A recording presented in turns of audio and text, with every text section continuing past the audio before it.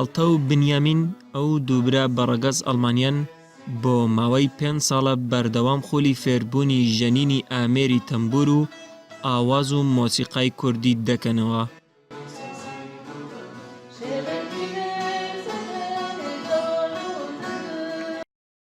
لە ساڵی 2010 ئەم خولەمان لە هامبۆرگ کردوتەوە. لە سەرەتایە هەموو ڕۆژەکانی هەفتەوانەمان دەوتەوە. لە خولەکەیە هەموو تەمەنەکان بەشداریانە کرد.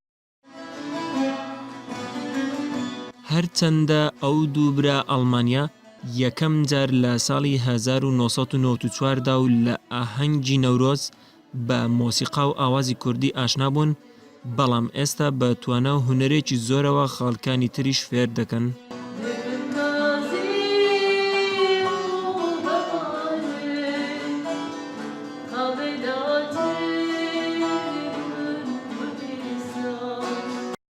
بۆ یەکەم جار لە ئاهەنگی نەورۆزدا گوێمان لە گۆرانی و مۆسیقای کوردی بوو.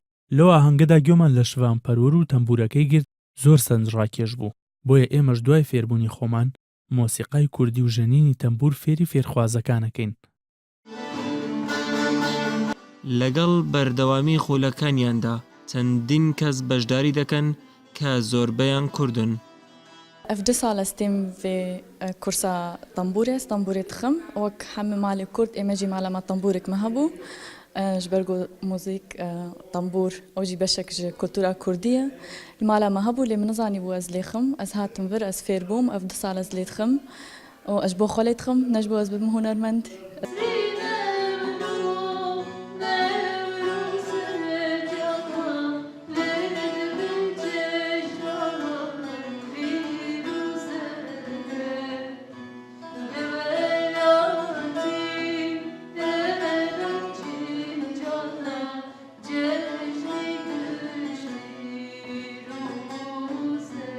جزارو كاتيا خوا جدنجي طنبوري مقالك حزدكر مد هيالي خواتت خيالي نخودا مدقو أجي زمانك يازي في طنبوري خوش ليخم ودوامين جي ناف كولتورا مدى جن قالك هندك الطنبوري تخن. ئەم خولە هەفتانە بۆ ماوەی 3 ڕۆژ بە شێوەی کردداری و تیۆری بەڕێوە دەچێت. هونەر بەگشتی و مۆسیقا بە تایبەت دووشتن کەوا سنووریان نییە و تایبەت نین بەنەتەوە وڵاتێکی دیاریکراو. مالتە و بنیامین ئەو دووبرە بەڕەگەز ئەڵمانن کەوا لە ئێستادا مامۆستای فێربوونی تەمبور و مۆسیقای کوردین لە شاری هامبۆرگ.